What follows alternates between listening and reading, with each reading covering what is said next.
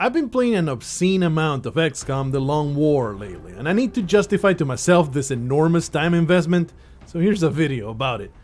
There's little new to be said about XCOM at this point, especially with the sequel out in the open already, but I can tell you about my personal experiences with it. I have not one but two amazing topics to cover. XCOM being gambling and gaming done right, and my personal struggle to embrace failure. In the unlikely case you've never heard of this game, here's a short summary. Aliens from outer space have begun a campaign to take over Earth, and your job is to stop them from doing that. Gameplay is split between strategic management of your base, resources and alien ship interception, and turn-based tactical combat whenever you go on a mission, be it salvaging a downed craft or responding to threats around the world. Each one of your units gets 2 actions to spend in a single turn, and there is a very heavy focus on cover and positioning. Outcomes in these missions are largely governed by dice rolls with varying chances of success, and it's up to you to constantly maximize those chances. I'm quite the fan of this rather limited genre, having played and completed campaigns of old-time classics like the original XCOM with a hyphen, Terror from the Deep, and more recently Xenonauts. Very much looking forward to Xenonauts too. I bounced off the unmodded XCOM pretty hard, by the way. The 2-action system, coupled with the extremely limited tactical options, resulted in far more frustration than I could endure. The remake just felt too dumbed down and constrained when compared to its predecessors. However, the Long War mod basically fixed every single issue I had with it, taking the 2-action system from extremely frustrating to fully engaging, thanks to the plethora of loadout options it included, the expansion of the squad size, along with a ton of great improvements to the whole game. If you're interested in this genre but found the remake too mainstream, The Long War is the mod for you. This iteration of the alien invasion feels more transparent in the ways it's latched onto my consciousness. I largely blame the 2-action system for this transparency. For all its flaws, it does an excellent job at emphasizing the importance of each shot and the relevance of your choices. Playing XCOM pours addictive chemicals into my brain. If you've played it and you've landed a last-ditch 1-in-3 shot that stopped complete disaster from happening, you know exactly what I'm talking about. That moment of victorious euphoria when, without thinking, you might pump your fist in the air, maybe yelling out loud, "Yeah, get fucked, Mechtoid!" Much to the mockery of your significant other, who heard it from the next room.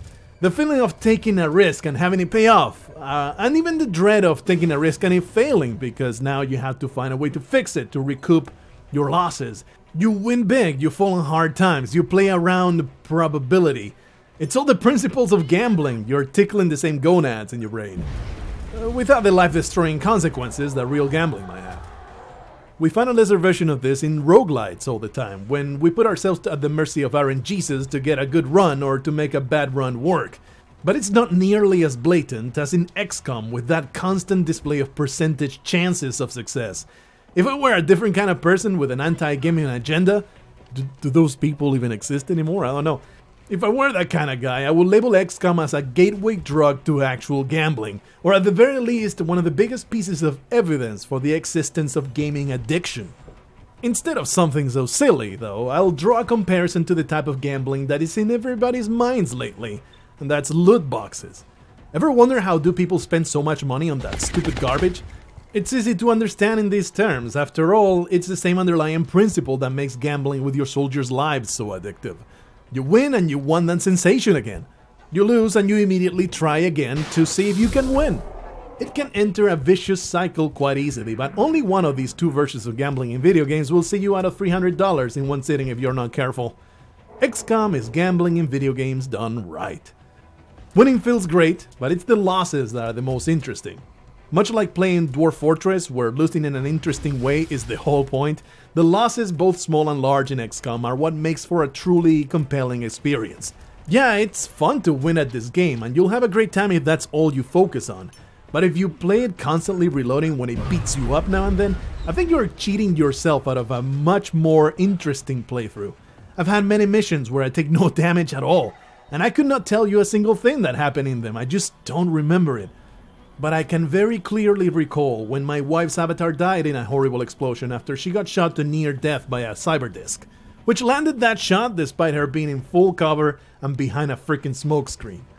There was nothing I could do as she slowly bled to death next to an about to explode vehicle. She watched it happen too. She still yells at me for putting her in danger and letting her die like that. She was a scout, it was her job.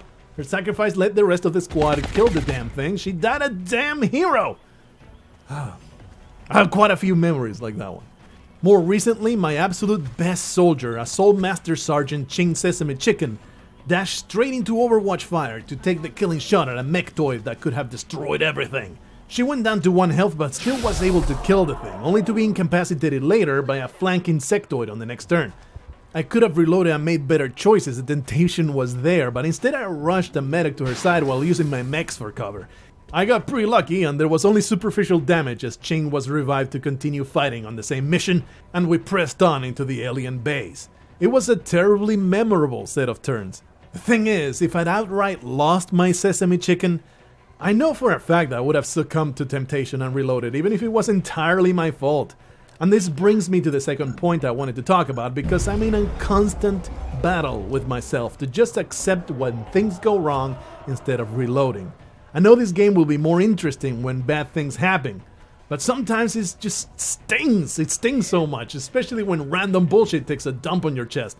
You see, I'm pretty good in general about accepting the consequences of my mistakes, but in all of my XCOM experience, I find nothing more infuriating than extremely unlikely failures, which seems to happen far more often than the actual percentiles will lead you to believe.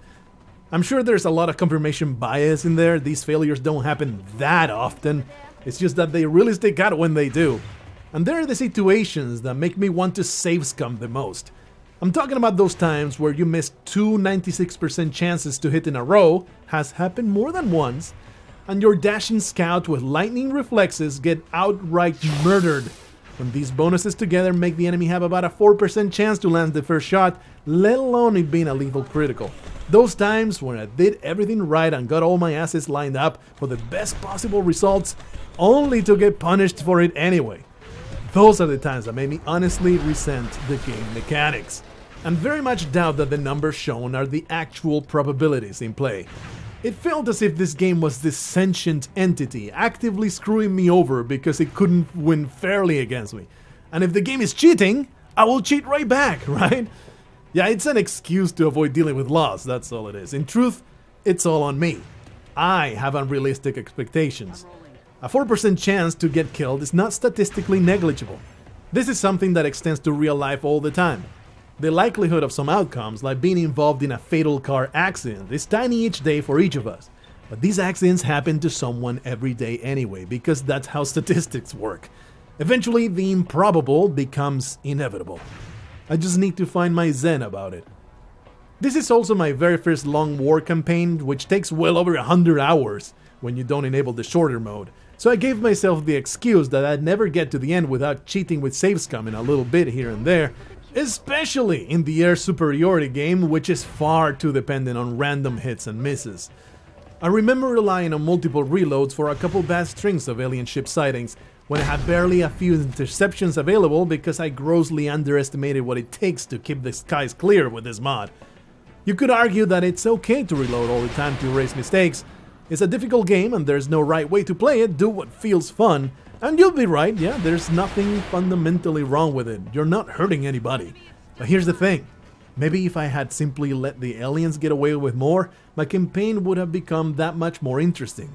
I probably would have lost a few satellites, my soldiers wouldn't have been as well equipped as a result, and I would have struggled quite a bit more for what is shaping up to be a pretty decisive victory so many hours in. I look back and remember those times when I reloaded instead of plowing forward, and I regret every instance. Oh, temptation, why do you prey on my weakness? I would play on Iron Man mode, which keeps only one always updating save file, but XCOM is prone to occasional bugs, especially modded with the long war. Most of these bugs are pretty mild, but can only be fixed by reloading to a state where it hadn't happened yet, so you see the problem here. I can't rely on the machine to keep me honest. But maybe I can rely on you guys to keep me honest. This is one of the reasons why I'd like to get through a campaign on this channel. The other one being, it's a lot of fun and I want to keep playing it. I have a few misgivings about it though, because I'm a very slow player and I agonize over every decision, especially when there are multiple enemies on screen. I might drive you guys crazy to wait for me to make up my mind, only to watch me make a horrible mistake anyway. Then again, that might be the number one reason to watch it, right? To laugh at my inevitable demise. At the very least, you'll see me deal with loss and failure in real time. And isn't that a lot of fun? This is one of those topics where I'm curious about your own experience. Do you often save scum? Do you have an easy time just plodding forward no matter how dire it gets? Do you feel yourself get hooked on these games and kind of dread it because you know it's going to consume over 100 hours of your life? And of course, how would you feel about watching a slow, methodical player make very deliberate decisions that lead to horrible ruin? I'm eagerly awaiting your answers. If I'm not at work, it's pretty likely I'll be playing XCOM while you're typing them.